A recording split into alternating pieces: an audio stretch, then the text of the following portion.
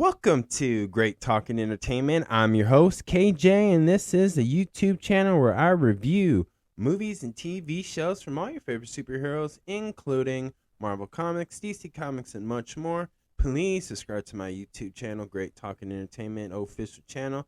Now let's go, baby. Welcome back to the YouTube channel, everyone. And as I continue on my spoiler review for episode 4 for the new series on Disney Plus by Marvel Television Studios, IronHeart episode 4 spoiler review. Again, this is a spoiler review, so if you have not seen this, please pause this. But before you go, could you hit the thumbs up button? I would truly appreciate that. That would help my YouTube channel to grow and have new viewers. And then after you're done watching that, come back, listen to the spoiler review. Let me know in the comments below how you feel about episode 4 and season 1 of IronHeart. I would love to hear them, how you feel about it, with your Marvel theories. Let me know in the comments below. So again, this is a spoiler review. Y'all been warned. Now, let's get into it. This episode gives us a flashback to a moment with John and Parker robbing a mansion, just showing the viewers that Parker is grieving over the death of his cousin, as most of the crew are having a difficult time expressing how they feel for many reasons. Parker is angry at Riri, and he just sees John dying every time he looks at Riri. But even though John's the person who was trying to eliminate Riri, but again, in Parker's view, John is the guy that kept his head in the game. He was the guy that would talk reason to Parker and have him be reasonable, and helped him out when he was kind of lost. And now he does not trust anybody. And at this moment, Riri is paranoid as well. So they're both paranoid, and I believe that even though the death of John is not really her fault, but she feels responsible, and the death of John for Parker is he feels responsible for trusting Riri. As we know in episode 3, Mephisto has revealed or told him that it was Riri's fault in Mephisto's own way. So it's very like a paranoia. And I believe this cloak is definitely doing this, because even though Riri just has a small sample of it, a piece from it, I feel like it's making her become paranoid, because I believe this thing is feeding off their guilt, their sins, anything. And so it's very interesting. I think it's like a Lord of the Rings thing. I feel like this cloak is like a Lord of the Rings. Like, you put this cloak on, you become addicted to it. You become like a fiend, because you're addicted to the power, the abilities that it gives you, and the thing that makes you feel a certain way, right? And I think that it makes them lose their humanity, makes them unhuman-like, right? And then we also see in this episode that it seems like AI Natalie seems to be up to something. Like she has figured something out, or she has an opinion that she would like to share to Riri, but I think that Riri's trying not to hear it at this moment, because she's frustrated, she's upset. Because later in this episode, Riri found out that Ezekiel, I should say, has been arrested. Ezekiel was arrested because of the piece that she left behind. So this is definitely now the beginning of the villain story of Ezekiel. And it's definitely going to get really good. Parker and his crew watch the news as they find out about Ezekiel, and wondering how this has anything to do with what they were trying to do on the last episode. How is this connected?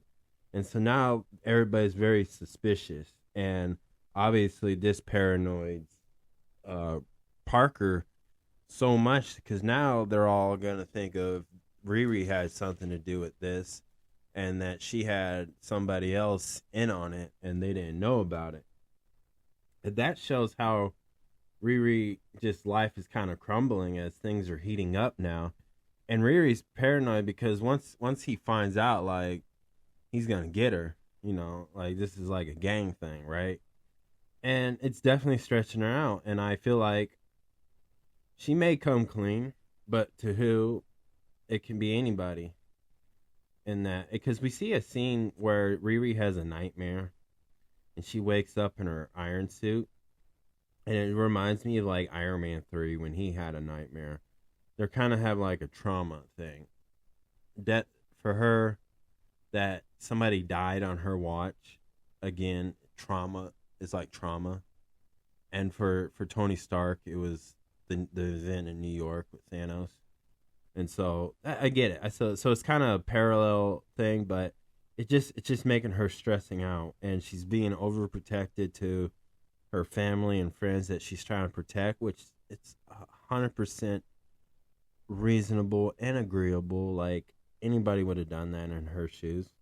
I get that. So then, in the next scene, we meet Zelma and her mom, Madeline, who is a former mystic art student. But Zelma is a self-taught, but she does mention that she once lived in that academy with her parents, and she obviously, the father's not in the picture, which is pretty obvious. It's nothing new, right? And she explains about this cloak and how this dark magic is, and she explains how scary it is. Madeline is freaking out, and she's like, "You got to stay away from this. Like, this is dark." And they don't know who. Like, I think what they're trying to explain is there's a lot of like different layers of hell, right? There's one hell here, there's a hell here. Like, it's like a punishment, basically. It's just a realm of a punishment for these individuals who have really, really tapped into the dark magic. So like Mephisto and like Mabu, they don't share the same realm, but it's their own realm of hell, basically, is what they're trying to get at. But obviously this scares Riri's mother as well. She's like, "What is this? Like, this is crazy." But it's very interesting about Zelma and her mom, Madeline, is that they seem like they know about it, and they seem like Madeline, Zelma's mom, was friends with like everybody in that academy before Doctor Strange. And so that's what I think. I think she's from that, but I wonder why she left. And if you go back to like the Doctor Strange movie, the first one, there's a character named Caecilius, and I believe that Zelma's mother might have knew who he was, and maybe like she agreed with what he was trying to do or achieve in the first Doctor Strange movie. But I also believe that she could have left because maybe she learned that it wasn't just him that was tapping into dark magic. And because we learned that in the first Doctor Strange film that the Ancient One taught Doctor Strange. So I feel like that Zelma's mom, Madeline, she probably left because she probably in her heart or mind, maybe she knew that the Ancient One was using dark magic as well, or tapping into it secretly, as she was telling everybody else, you can't use dark magic. You're not allowed. It's forbidden. And we know that she was using it. So maybe the fallout was much bigger than what Doctor Strange imagined it was when he first met her in this academy. Like, I mean, this to me, this episode really changed the game for me as far as like that as the Doctor Strange story that's been told in the MCU and about this these warlords and wizards and whatever you could imagine, right? Like, I feel like this is a much deeper origin story than they've been leading on.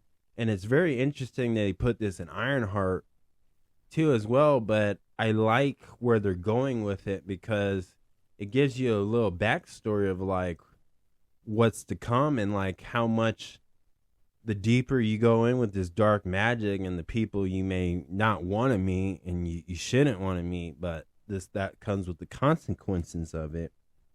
And it seems like later on too that we see Riri have like this panic attack, right? Because this is overwhelming. This is like a whole new thing. Like, this is much scarier. She doesn't understand this. She doesn't recognize magic like that. But to see this go down, question is, how does she figure it out? How does she use it? And how can she maintain this magic and use it within science? And that's the beauty of, I think, her challenge is that, just like Tony Stark, Iron Man, they want to fix things. They want to build things. They want to make things. And to use this new material, it's like, imagine when Iron Man in Iron Man 1, right? He had an arc, the little piece that he put in his heart in the middle of his chest, right? How did he keep making those? At first, it was ruining him. They weren't, the battery in that wouldn't last very long. But then he met Nick Fury, or Nick Fury met him, I should say, and gave him like one of the stones, the Infinity Stones, and used that as a powered arc, right? And so Riri is kind of like on a similar path like that. Now, obviously, there's no Infinity Stones. They've been killed to dust, and then Steve Rogers, Captain America, has returned them all back into their proper timelines. But so since he's done that, if he has, who knows, right? I don't know. But technically, the Infinity Stones, thanks to Thanos, is he'd used them about 2 more times and got rid of them. So Thanos' plan can never be quote unquote reversed, but then they time travel. So the similarities in this episode, just doing like a parallel reference to it with Riri's story, is pretty unique. And also, like, in this episode, we learned that Parker visit Ezekiel in prison, and he made a deal, and it seems like he took the deal as he escapes, and they were working on it, and I guess he just upgraded the bionicle tech to his body, and without him knowing, he made Parker the admin, which that means he controls him like a robot, like RoboCop, or basically a robot, right?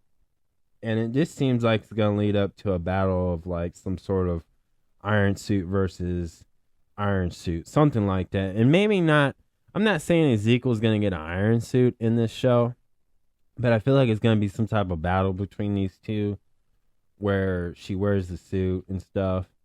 And I also feel like Riri will be upgrading her suit, especially after Xavier meets AI Natalie, and he's really upset about it and told Riri to delete it. And, again, that upsets AI Natalie because it's an interesting thing. Like, the way Marvel Studios or the MCU is telling us is like these AIs are like people, like real people, even though the actual Natalie is no longer here, right?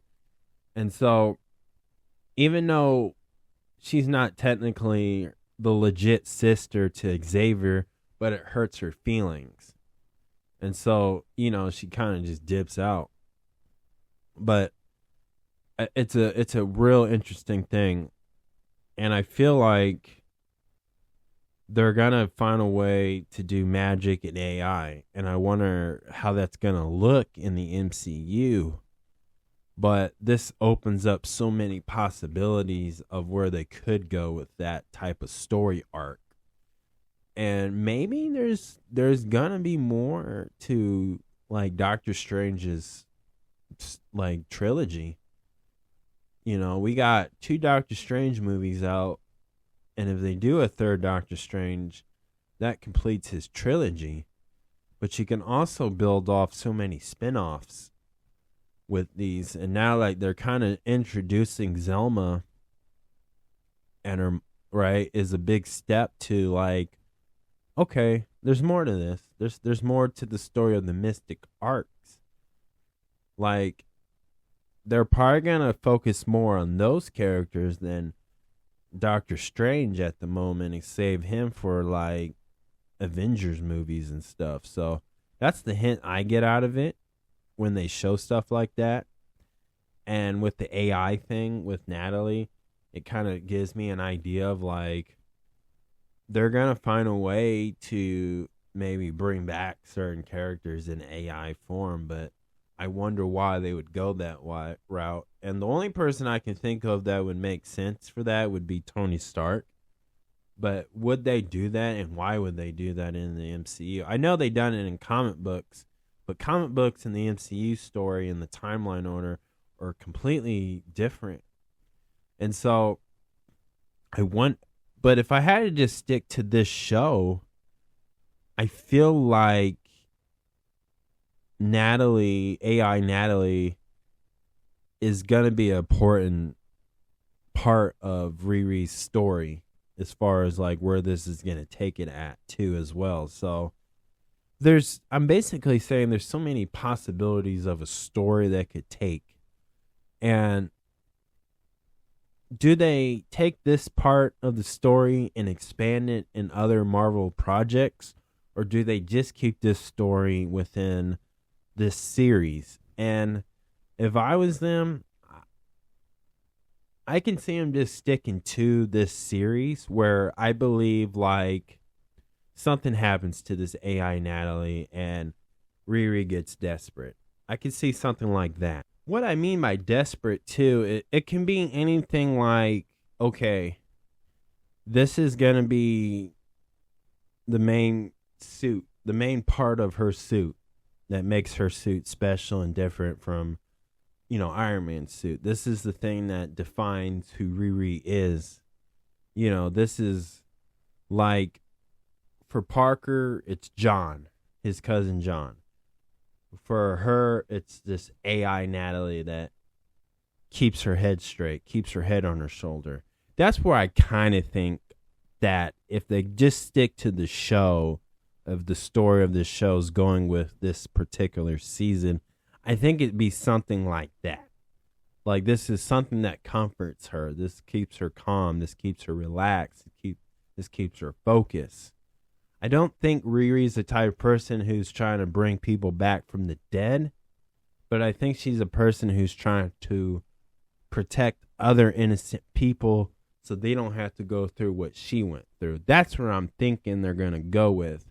But if I had to guess, if they chose to expand this story and take it to a bigger picture within the MCU, this AI technology that she kind of invented or discovered, this would definitely connect to Iron Man and Spider-Man for sure, and Ultron and Vision as well, like, because they're kind of AI, even though that they're from the Infinity Stones, the Soul Stone, realistically. Well, not Ultron, but the idea of it with Jarvis and all that. So I think that's what this is. If they wanted to go that far and extend that out, I can see that, but I don't think they would.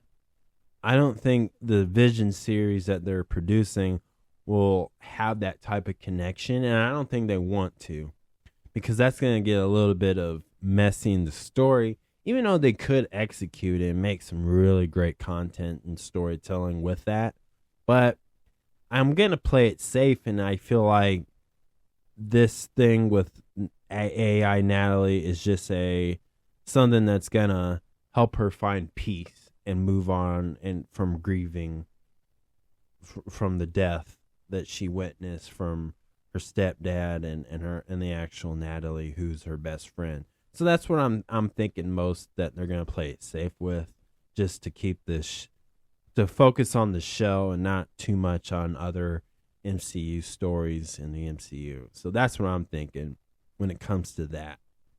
Even at the end of this episode, Parker puts a hit on Riri, and now Parker's whole crew and gang are coming for her, and that's how they end that episode. So to me, this was the, like, for Riri, this was the oh snap, I messed up thing. Life, like, reality kicked in. Like, her doing these criminal stuff, the consequences kicked in, reality hit. A lot of people that she was associated with, that she's grown close with, created a special bond with, it all affects them. You know, her choices of doing this affects everybody in her life, because when you're playing superhero, you're inviting people to challenge you and try to destroy you and take you down, to make an example, to scare the whole world when planet Earth is in danger, type thing. And that's the reality that has hit Riri in this episode. So we're seeing her just freak out. Like, this is it's going down. She knows it's coming. She knows it's gonna happen, and all she's trying to do is get prepared. But now the hit's out. Now it's official. They're gonna get her, but can they get her? You know. So we'll see. But I like this episode a lot too, because of those reasons. I like the drama. I like the plot twist. I love the dialogue with Riri Williams, where she had a moment with her mom, when she had a moment with Zelma, when she learned about dark magic, that how much this thing exists. You know, I like that her friendship with Ezekiel is crumbling. I like that, because you took somebody who was just minding his own business. He wasn't trying to be like, you know, his dad. And she influenced him. She gave him hope. She gave him some type of purpose. And now he's heartbroken. You know, like, man, this broad, like, made me do things that I did not want to do, and now he's doing it. You see what I'm saying? So this all is a thing of the consequences and the choices that she made are all coming back at her now. You know, this is karma in a way. And I like that. It's a life lesson for a hero to go through, right? Because to me, this is a story of a lost hero without a cause. And I'm going to keep saying that over and over again. And I like this story. I don't see this story enough in the MCU. But to me, this is such a good thing to see this character, because now you can add more layers to this character and show different sides of personality traits and how this character would act in particular situations that we're seeing her in. And it's like, it's just a really cool way, a really interesting way. And I just like everything about it. It's like, how could you not do this? But it's very important for a character like her to go through this and make these mistakes, and it's fun to watch. So that's the one thing I like about this show, this episode. And I like to, with Hood, aka Parker, I like that we're seeing him see his world kind of get rocked, because it seems like he made a deal with Mephisto, right?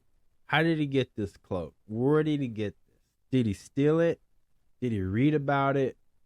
You know, what did he do? But whatever he did, it's like his world's messed up now. Because maybe this wasn't how it's supposed to be, but it's happening the opposite way. And so now, I think now he has to, in a way, lose his like humanity. He has to stop being kind. He has to stop giving second chances. Like, I think he has to become a cold-hearted person. And when a villain becomes a cold-hearted person, they usually become the main villain, or there's always that possibility of him having like a redemption story. Yeah, he made a lot of mistakes. Nobody trusts him. Nobody likes him. And if he can just do something good for no reason and not get nothing back, I think that's the redemption story that we could probably see him with. So they left it open with so much with this, and teased a lot of options that they could go with these characters as far as in the MCU. Hood, he's a character that can be like the Punisher in a way, but in a mystical sci-fi way, where he's maybe fighting demons and monsters and vampires and zombies or whatever. You don't know. I mean, they can go that way, and I mean, there's so many ways they can go with it. So when it comes to the Doctor Strange reference, I believe that Doctor Strange is going to be like a mentor to a lot of these characters that are going to be related to the mystic arts. Like, I think like with him and Spider-Man thing is kind of done for now, because I think Sony, the company, wants to go to a different direction, and they've been trying to work things out with Kevin Feige and stuff. So I think whatever the relationship between Spider-Man and Peter Parker